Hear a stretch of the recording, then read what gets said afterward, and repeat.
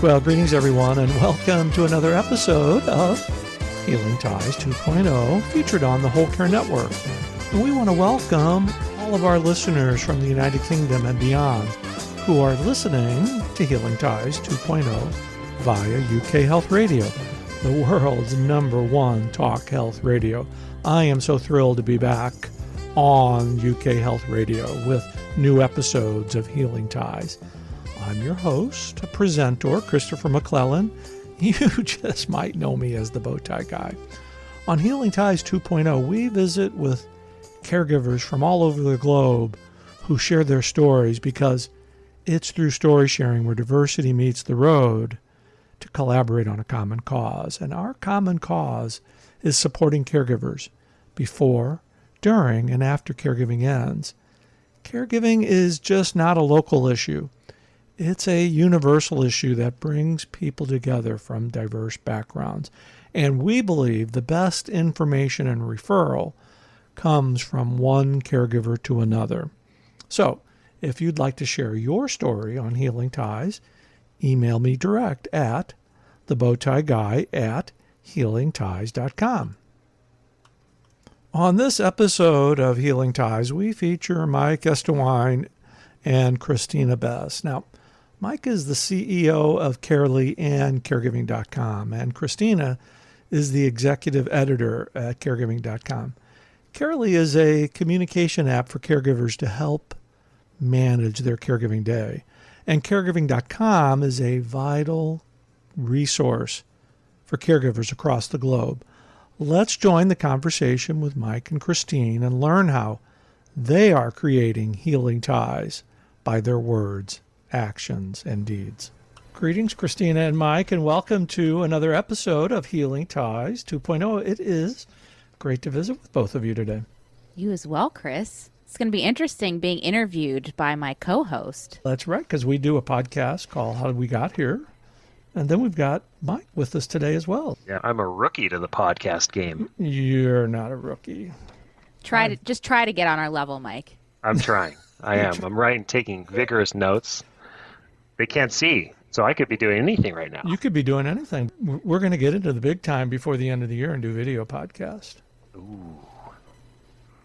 I'm ready for it. Spice it up. I might have to comb my beard, though. You have a beard? Maybe because it's too white, and maybe you just can't see it. I thought it was an exposure setting or something. And your shirt is white today, too, so my shirt is very white hard today. Probably because of all the sunshine in Florida. We're real excited with the reboot of Healing Ties 2.0, and now we're back on ukhealthradio.com. Johan invited me back to the #1 talk health station, and I wanted to introduce our listeners in the UK to Caregiving.com and Carely and my good friends Christina and Mike. I'm asking all my guests, how are you guys creating healing ties? You go first, Christina. If I go first, I'm going to be speaking about myself personally, maybe less so about the brands, but I do bring my personal philosophies into my role, of course, at Caregiving.com as editor-in-chief. You know, I think my answer is simple as I reflected on my year-long journey so far into this role.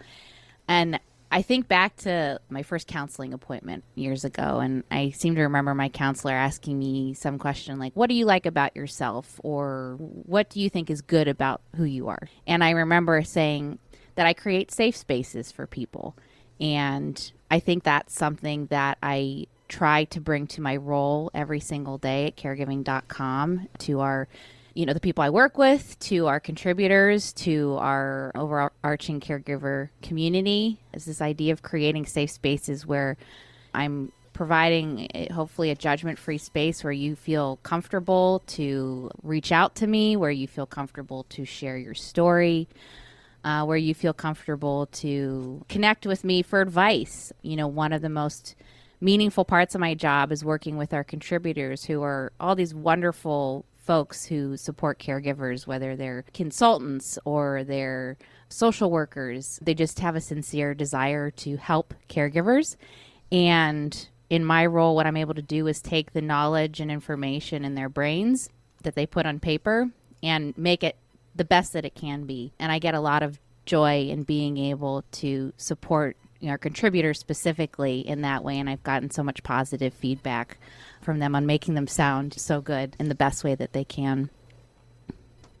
That to me too, it's the idea of you saying safe spaces. Like I really like that concept, especially in Christina's role as editor-in-chief of Caregiving.com. I think it's so important that she have that mindset, because one of the things we've always strived for at Caregiving.com, and just in the last 10 years of working in this space, there's so much vulnerability associated with caregiving. And I think that's one of the biggest challenges people often point to with caregiving, is that you have to become vulnerable and you have to be able to ask for help and do these things. It's one of the hardest things to overcome. And so for us with Caregiving.com, and especially in Christina's role, making sure that that can occur, that people can be vulnerable and feel safe in that vulnerability on our site, it's by far and away one of the most important things we strive for. And so it's super exciting to hear her say that's one of her strengths, because it's ultimately what we want to translate right into her work and how the site makes you feel. Because there's a lot of prescriptive caregiving stuff out there on the internet. Right. There's a lot of to-dos and lists and here's how you do this. But from our perspective, there's not a lot of how do you feel? Like, are you okay right now? Mm-hmm. And we want you to feel that way, because ultimately you have to be first okay before you can be better. So that's cool. That's cool to hear. I think, too, part of that is not just the vulnerability and feeling like we've created a space where you can be vulnerable, but I would say also the flip side of that, creating a space where you can also set boundaries. That's something that's come across in my work several times, where someone's asked me not to publish something or says, I'm not comfortable with that. And again, me personally, receiving that information and saying, I completely respect where you're coming from, and that's okay if you're not comfortable sharing your story in this way or this bit of information. That's okay too. What's great for me to be connected with the two of you is I originally shared our story on Caregiving.com, and to come back full circle to be present with the two of you and see what the opportunities you're providing people to continue to share their stories. Because, Christina, it's right. You're vulnerable when you share your stories.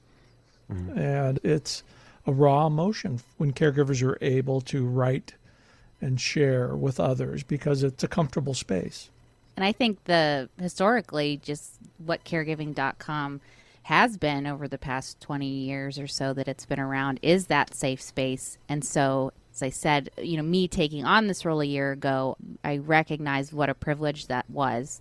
And I've just tried my best every day to continue to express that value or show that value in the way that I conduct myself and the way that I help produce content for the site or help facilitate the production of content for the site. It's interesting I'm not dodging the question, I promise. I'll give you how am I creating Heel and Tie's answer. I've got it marked down here to get back to that sooner or later. So. When we first decided to sort of partner with Caregiving.com and sort of bring that under our umbrella and sort of make it the most public-facing extension of the company, we felt a pretty significant responsibility to that community. And I Christina, I think, would absolutely agree. We are very much in the early days of our journey with Caregiving.com, and what we really want to accomplish, we're just barely scratching the surface, I think, with the technology and some of the other things we're going to bring to it. But a lot of the work we've done early on is really just trying to understand how we can improve the organic community experience there.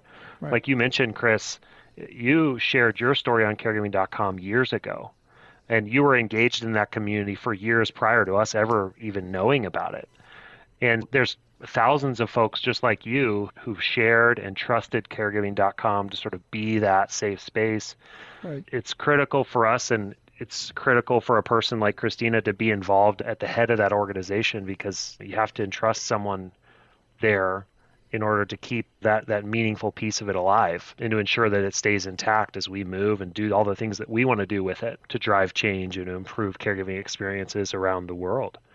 So how do I give healing ties? I started this journey 10 plus years ago. I like to consider myself a pretty young guy, um, 36 years old. So 10 years ago, I was 26, which to me is so crazy to think about right now. Like that person who started this company 10 years ago versus me today, mind blowing. It's just crazy to think about because the one thing that has not changed even back then with that young, dumb kid who started this company was that I just felt like the connection between caregivers was holding the industry back. It was the sort of the connection between each other that wasn't being enabled efficiently.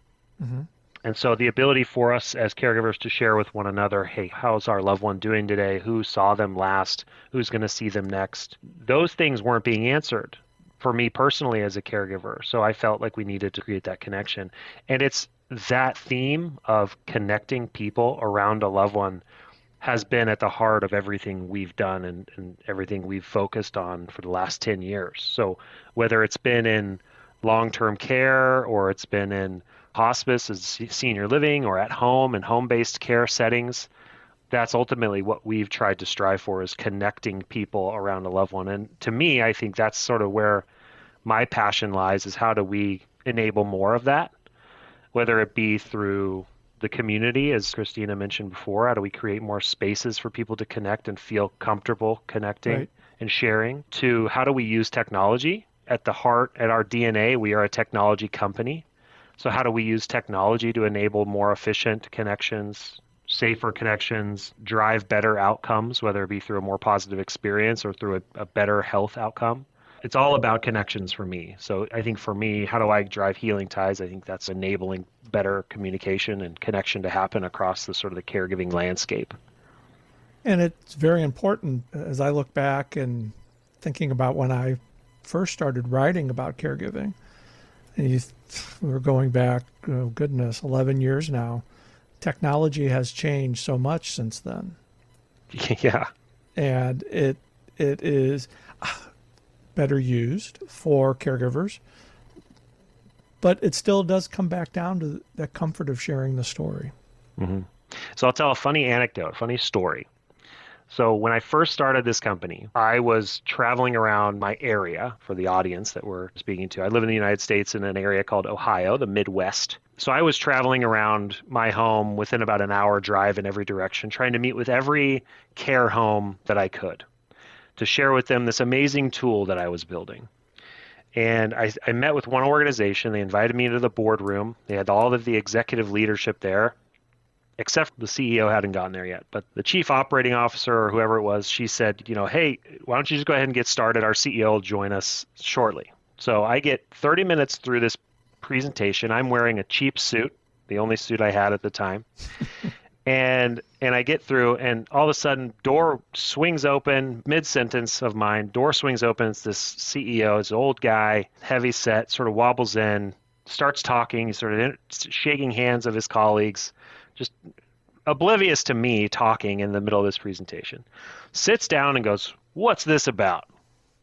"Oh, hey, nice to see you. Glad you can make it. I'm Mike, and I'm presenting Care Monster," was the name of the company at the time. So this guy sits down, takes one look at this beautiful presentation I had built for them, slaps it down on the table and goes, "Our families don't use smartphones. This isn't ever going to work." And he sat back in his chair, turned back up to the presentation and asked me to continue. So 15 minutes later, the funnier part of the story is 15 minutes later, he falls asleep in the meeting and is just out cold. It's awkward because now the rest of the team is looking at me like, "I guess you just continue. Our boss isn't listening anymore anyway, but whatever." So that meeting ends. But to your point, that was like 8 years ago.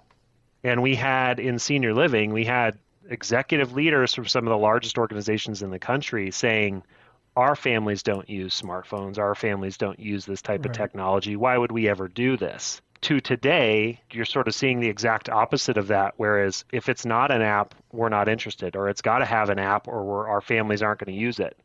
That mindset shift has happened so dramatically just in this short time that we've started or I've been involved in it. So it's been really remarkable. And caregiving is not only an emotional issue, it's a universal issue.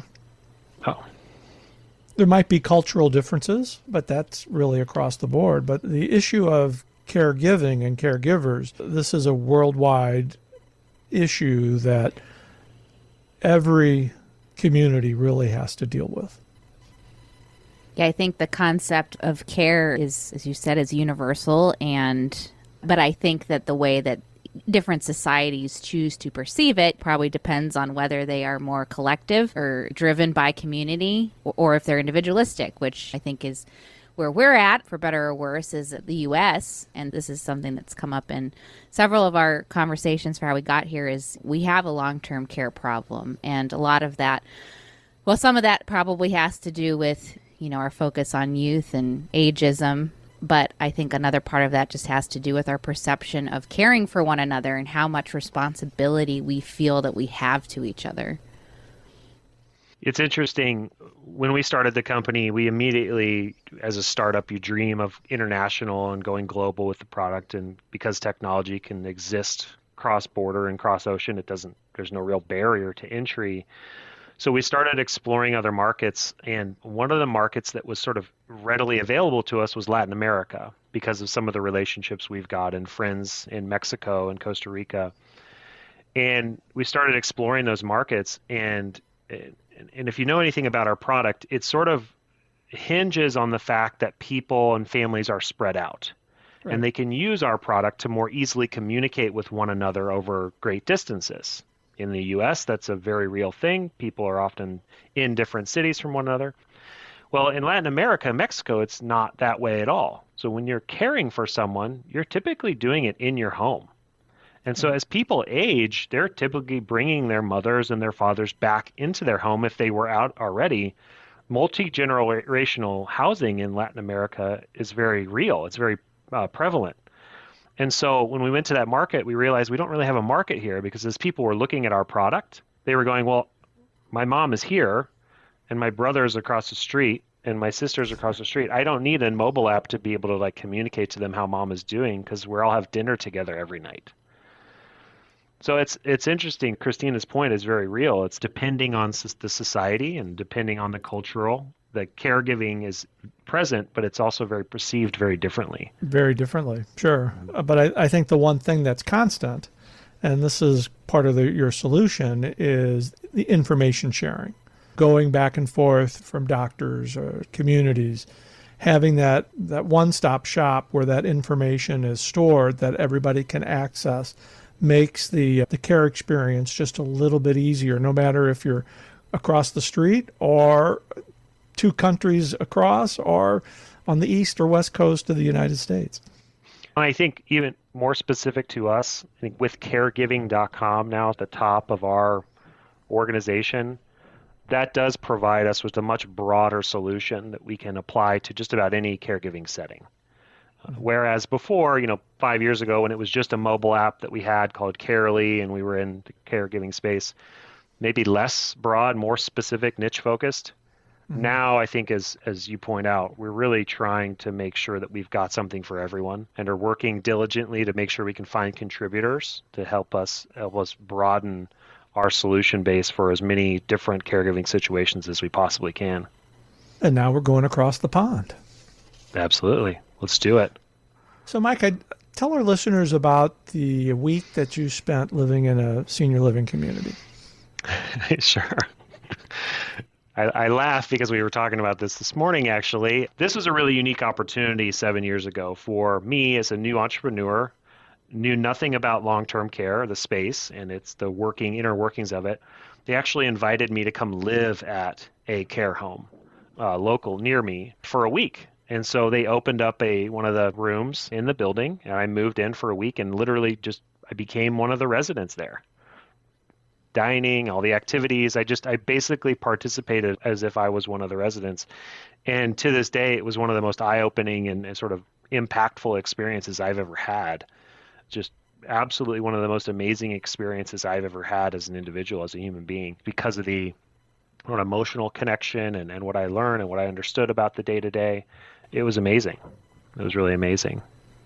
And putting yourself in that position, I would imagine, allowed you to not only connect with the other residents, but see how the staff interacted as well. Yeah, for sure. It was really interesting. I did get to spend a little bit of time just shadowing staff members throughout the day and just getting a sense of where they're headed. Most of the time it was them just sort of taking me on to the next event so that I didn't miss anything. But yeah, it's a different world. And one of the things I was blown away by was just the community. You know, folks, how they sort of found their own little groups within the community setting, and it almost felt like high school in some ways. It was kind of clicky. The ladies at the bridge group were very protective of their table at lunchtime. You couldn't sit there. They almost didn't want me pulling up a chair because it would have messed up the feng shui of the table. But they did let me in and ask them some questions, and it ultimately ended up being everything really fun. But yeah, it's really interesting that sort of that idea of just going, what do you call it? Immersive, when you just sort of just throw yourself, you just throw yourself into that environment and cross your fingers and hope for the best. And you learn more in those settings than you do anywhere else. So it was really powerful for us as a company. And I'm sure that's helped you as you developed both Carely and Caregiving.com. That personal experience, it's invaluable. Yeah, there's no substitute for it. There's one story I'll even bring to this, that we were sitting down at lunch or dinner, I think it was, and we're sort of going around the table and people are sharing things with me. And this lady goes, "Oh, I have something. You're a technology person. You'll love this." And so she reaches over and she grabs her walker and opens up a little like cubby in it and pulls out a card, just like a birthday card. And she goes, "Check this out. Isn't it amazing?" And she hands me this card. And this is 2014.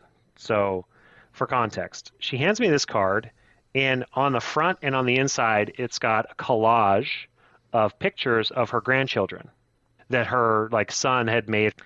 And she goes, "Can you believe they can do that? That they can take pictures and they can get them printed on a card?" And my first reaction was internally, I'm like, "Well, yeah, no, duh. Like I can make this on my computer and power at home. Like this, what are you talking about?" But then as I look at her face, like looking for my reaction, I could tell it was like this was the most amazing thing she had ever seen. And then my sort of astonishment turned to sort of a little bit of sadness, because I realized that this thing was her only connection to the outside world. And the reason it was so meaningful to her is that the things we take for granted, like Facebook and Instagram and our immediate connection to everyone around us and all of the things that are going on everywhere in everyone's lives, is so simple and so automatic. She doesn't have that, or she didn't have that. And so this hard copy card was her version of Instagram, and she was so enamored with it. Right. And I can only imagine that card she probably to this day carries that around and shares it with folks. But again, it was those types of moments for me that were sort of like, you can't read this in a book.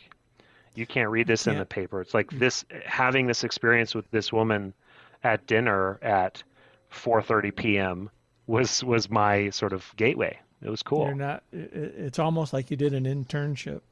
Yeah, for real. It was cool. The other really amazing thing was I got to live, it was like a different time zone.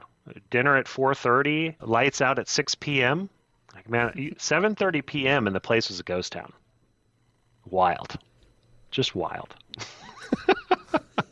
I had a lot of time to myself. Valuable experience. And so Christina, I have to get Christina in here. Always. There's so many wonderful components about your work. And you've talked about it so vividly here earlier in the podcast. But there's one part that you didn't mention, because you have a caregiving experience yourself. And I think when you've been in the trenches, you have that sense a little bit more than what somebody may not have been a caregiver. Yeah, I've been anticipating this question. So my dad had been diagnosed with Parkinson's disease, I believe, when he was 59, and I was in middle school, I want to say, when he was diagnosed. I don't think that my parents told me officially that was his diagnosis until sometime in high school.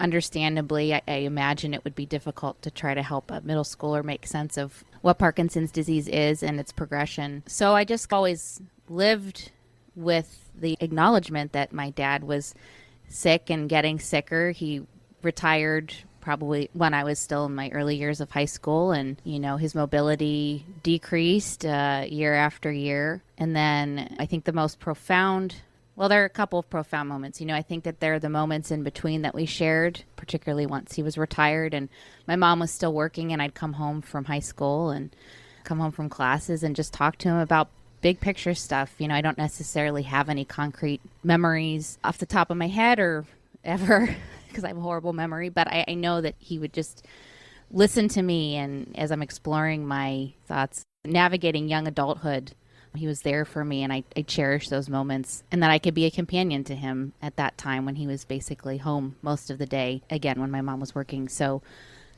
profound moments in my caregiving experience that I'll never forget were one, in 2008, Thanksgiving. I come home for Thanksgiving break, and Sunday was planning to head back to school. And my dad, at that point in the progression of his illness, was having severe mobility problems, and we lived in a split level. My mom still lives in that home. So getting him out of bed and trying to get him up and down the stairs was really difficult. And so this was one of those days where he was just frozen and maybe wasn't interested in getting up either. And my mom ended up calling 911, or maybe the non-emergency number. And I remember the ambulance coming, and the last thing I saw is my dad being carried out by these EMTs. And, I head back to school, and my mom tells me he ended up getting life flighted. And then once he was at the hospital, he had a stroke. From that day on, that was his memory at that point was gone, and I started distancing myself, I think, emotionally from him at that point, because his long-term memory was spotty and okay, but short-term memory and things like that were a real challenge.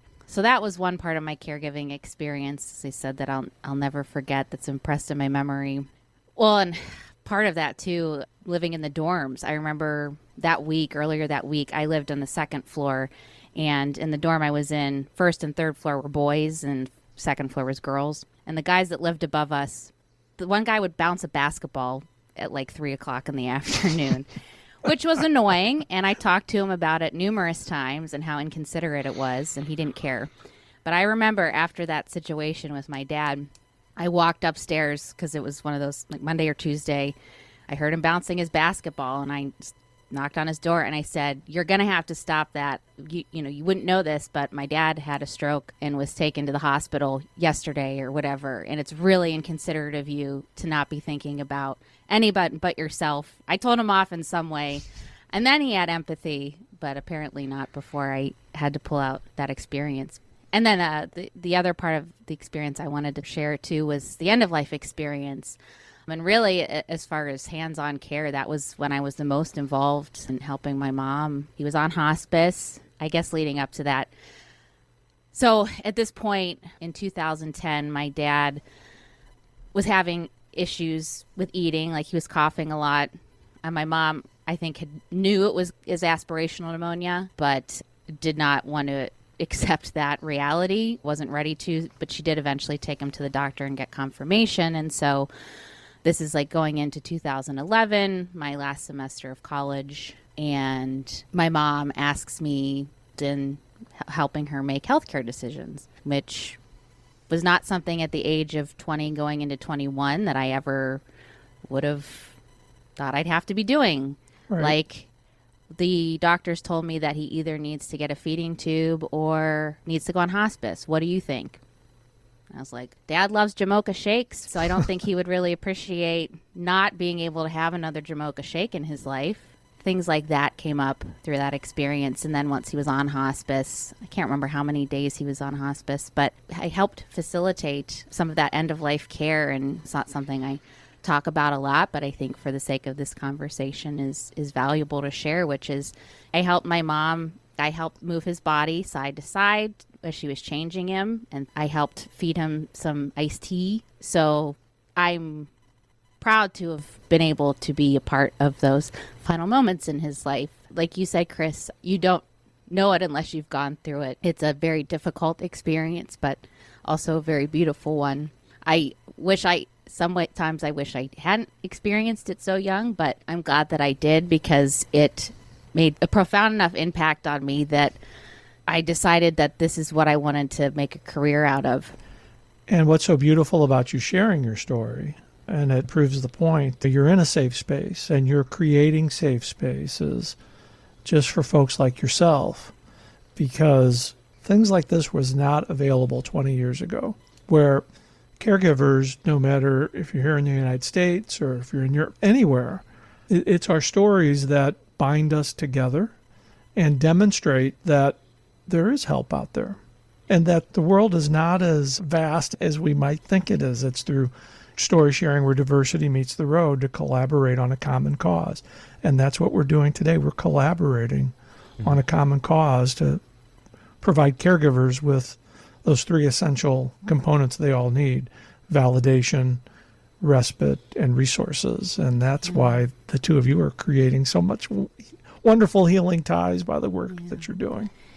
So through my experience being a young adult caregiver 10 years ago, you said 20 years ago there weren't resources for caregivers, Chris, as a whole. And I think probably the community of caregivers was much bigger than it had ever been in, let's say, 2010. But even like the millennial caregiving experience or the younger caregiver experience, I had no idea that there were even, if there were any resources out there that could have been available to me. My friends were a great support, but they, at the end of the day, didn't really know what I was going through. And I was very private about some parts of the experience. Yeah, there's a lot of people in society that are the guy bouncing the basketball. Right. Yep. You know, there's a lot of us out so there. So glad that I could share that, by the way. My retribution, being able to share. Do you remember his name by any chance? No, but he knows who he is. What room number was he in? I don't know. Whatever one was above me. Yeah, but honestly, I think it's a good analogy, because I think a lot of people, who knows what was going on in his head. Maybe he just was clueless, or maybe he was doing it intentionally because you annoyed him, or who knows. But let's assume that he just had no idea, that what he was doing was causing you any sort of annoyance or suffering. I think today there's a lot of people like that, and I think even there's a lot of caregivers like that there just isn't enough empathy right now until you get into this position yourself and you realize, like, oh my God, this is so hard. Like, this is so intense, and this is so hard and emotional, and like, balancing and juggling all that stuff. To Christina's credit, she took that personal experience and that pain and turned it into something that is mission driven, and it's powered 100% by passion, and everything we're doing every day is really to meet the Christinas where they are in their challenge, whatever caregiving challenge that they're currently going through, and to say, hey, listen, we're here for you. We may not have a solution. We're not going to be able to take away the fact that you're going to have to move your dad back and forth every day with your mom, and that's going to be so hard, and it's going to have profound impact to you and the rest of your life, but we're going to be here. And there's going to be other people here that can share in that experience with you and say, yeah, I was there, I'm there too. And I think that's a pretty meaningful thing. I feel pretty good about being able to do that every day. Me too. To know that you're not alone when you think that you are in this all by yourself. I'll ask my pat question that I ask everybody. Have you met anybody that has caregiving on their bucket list of things to do in life? Hey, do you have anybody that plans to be a caregiver? No. Nope. Nobody plans to do this. We do it out of love, care, and commitment, and I certainly understand there's many people out there who are caring for somebody that they don't love. When we get into it because of the love, care, and commitment. And we share our stories because we know how valuable those are when we hear them. Mm-hmm. It's interesting. When I first started this journey, the business major in me was like, all right, we got to put a business plan together. And so, you go out and you find the statistics, right, to support your case. So for me in the U.S., it was like 54 million caregivers. The AARP had just put out this study, and there's 54 million family caregivers out, on non-paid family caregivers in the U.S. And I said, well, this extends beyond the U.S., and ultimately I've got this big vision for a global sort of solution. I want to help people everywhere. So let me go find the number of global caregivers out there. There is no such number. Nobody has sort of estimated that, at least that I could find in my couple hours of searching. But I tried to sort of do it myself. And if you think about, if you extrapolate from what the U.S. has, and you sort of apply it to a global population, you're talking about 750 million to a billion people out there that sort of Easily. are in this same position. That's a massive part of our global society. People that are finding themselves in these situations every single day in every single corner of the world that need that community, that need support, that need to know that they're not the only ones. And that statement alone, to me, is sort of what drives me every day. Is like there's still so many people out there that feel like they're the only one, that they feel alone in this.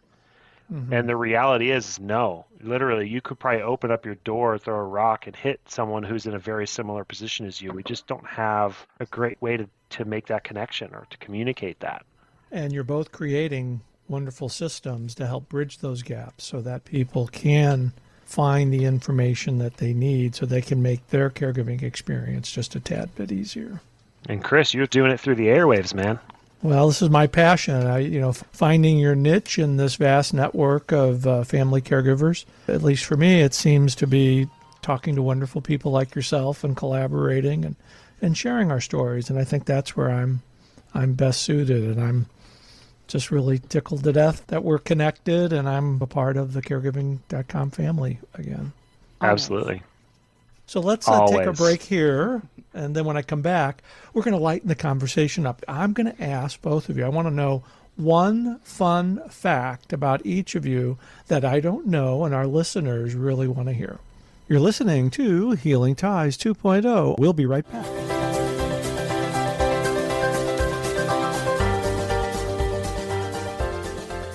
Everyone has a story, but not everyone gets the chance to share their story. So, we're going to give you that chance. We want to hear about your story. We want to know how you're creating healing ties in your life and in your community. Email the bow tie guy at healingties.com and indicate if you'd like to be a guest on the show in order to tell your story. To your health, happiness, and prosperity. Coming up next week on Healing Ties, how are you creating healing ties? That's such a great question. I think, Chris, one of the things that I've realized perhaps later in my life is that healing ties have really been part of my DNA. And growing up in a society of conflict, I think it placed in my heart a desire to be a healer. And I think one of the ways I've always tried to respond to help people create ties. Right. And I do that presently working with leaders and organizations and helping them embrace the power of their emotions and to be a presence that creates connection. Hi, everyone. It's Irvin Nugent. I'd like to invite you to the next episode of Healing Ties, where I'll be the guest. In it, we talk about the power of our emotions and how to manage them. We also look at story and storytelling, and we even manage to pay a visit to the pub.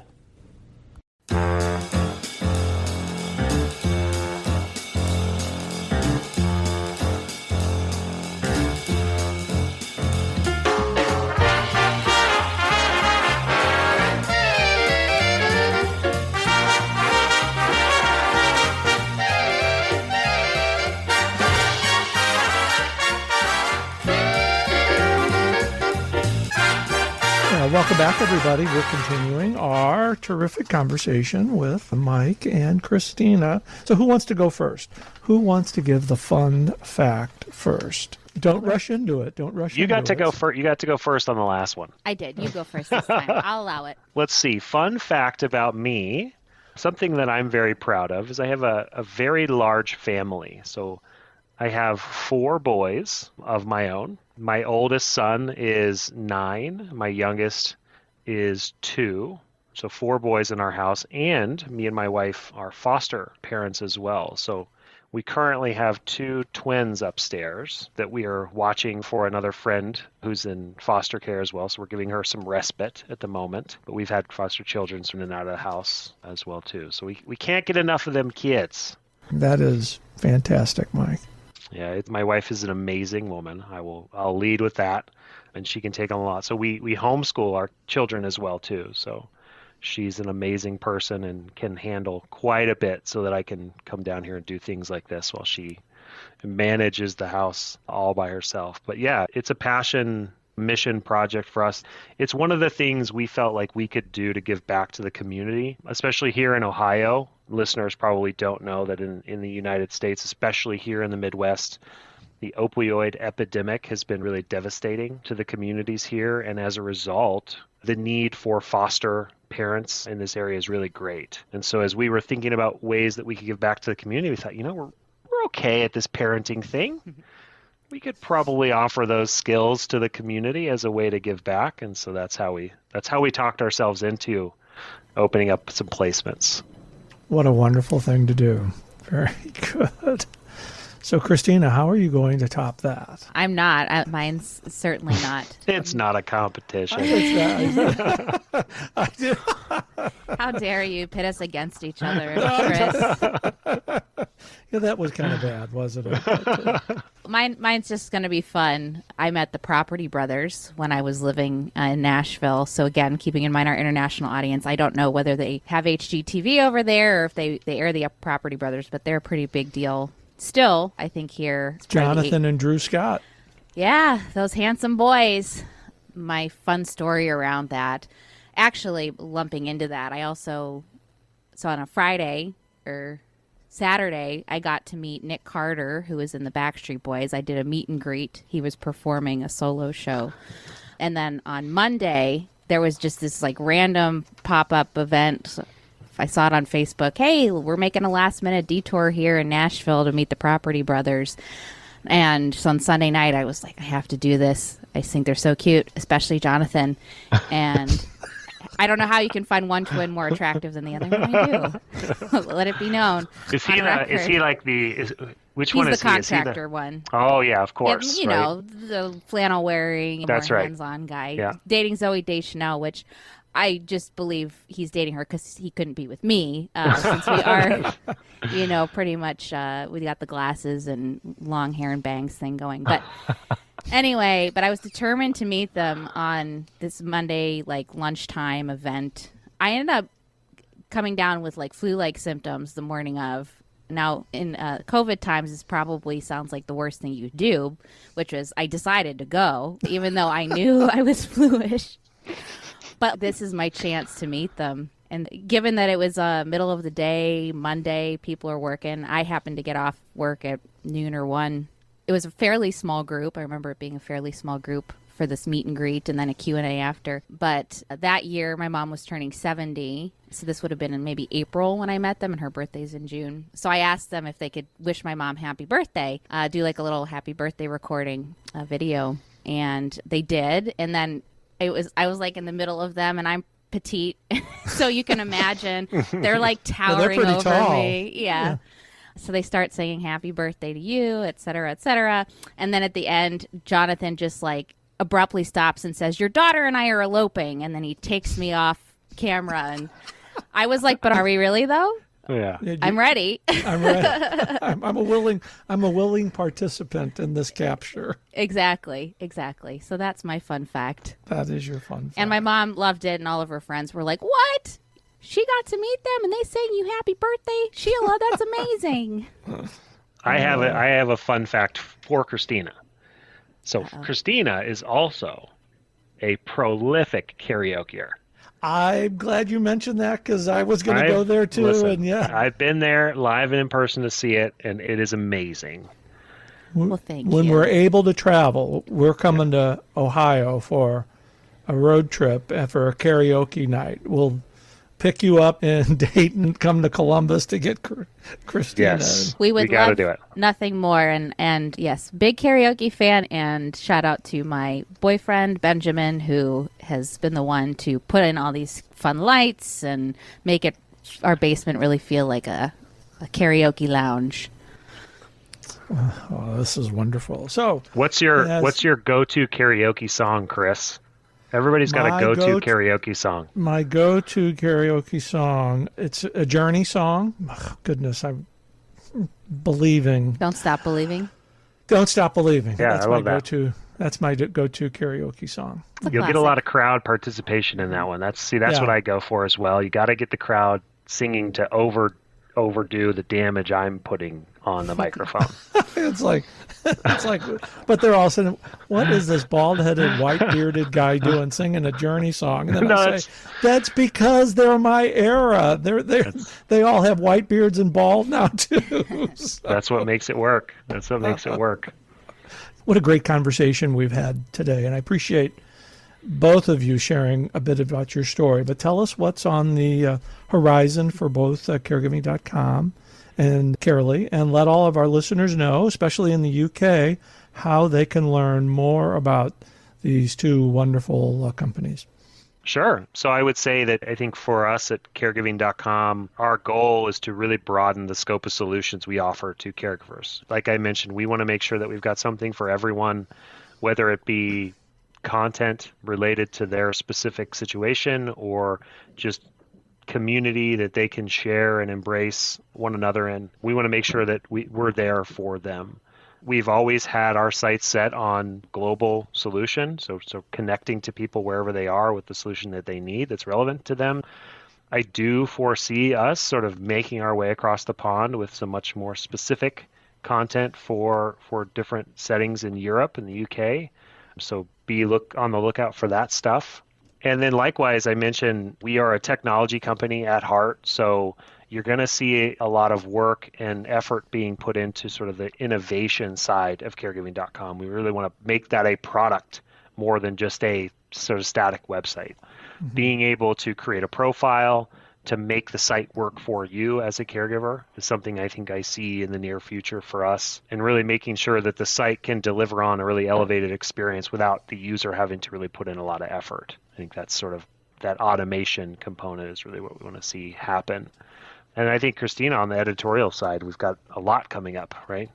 Yeah, just trying to do our best to address all aspects of the caregiving experience. So we're always, as I mentioned at the top of the show, working with our contributors and our internal team on just always keeping the site fresh with new content. So the particular timing of this, we're looking at Mental Health Month, I believe is May. And so we're going to be focusing topics or content around that. And then June here in the U.S. is Pride Month, focusing on the LGBTQ caregiving experience. So Chris, I'm sure we'll be I might have in a touch. little experience there. I think actually that project in particular, we see a really great opportunity for us to hopefully partner with some pretty big organizations, see if we can't get the conversation going to not only help us with collecting stories, those caregiving stories, but hopefully, more importantly, data. We see a really great opportunity for us to collect data on the LGBTQ experience, in particular, transgender caregiving. That came to light in some recent email communications I had, and was told we don't really have information about that. And I thought, very hard to there's find a gap. that information. See, I'd be happy to be a part of that. Yeah. So, Christina and Mike, with the great work that you're doing and the care that you're providing, you are certainly two people who are creating healing ties all around us. I can't thank you enough for joining me today. Thanks for having us. I hope you enjoyed our delightful conversation with Mike and Christina today, and I encourage you to visit Carely.com and Caregiving.com to learn more about the great work Mike and Christina and the entire staff are doing to assist caregivers across the globe. Well, that does it for this episode of Healing Ties, featured on the Whole Care Network and UK Health Radio. And if you'd like to share your story on Healing Ties, email me direct at thebowtieguy@healingties.com. We would love to share your story. As you know, I'm your presenter and host, Christopher McClellan. I've created a life to love after caregiving ends by being with awesome people like you. Thanks for listening, and be sure to subscribe to Healing Ties wherever you listen to your favorite podcast. We'll see you for another episode of Healing Ties real soon. Bye for now.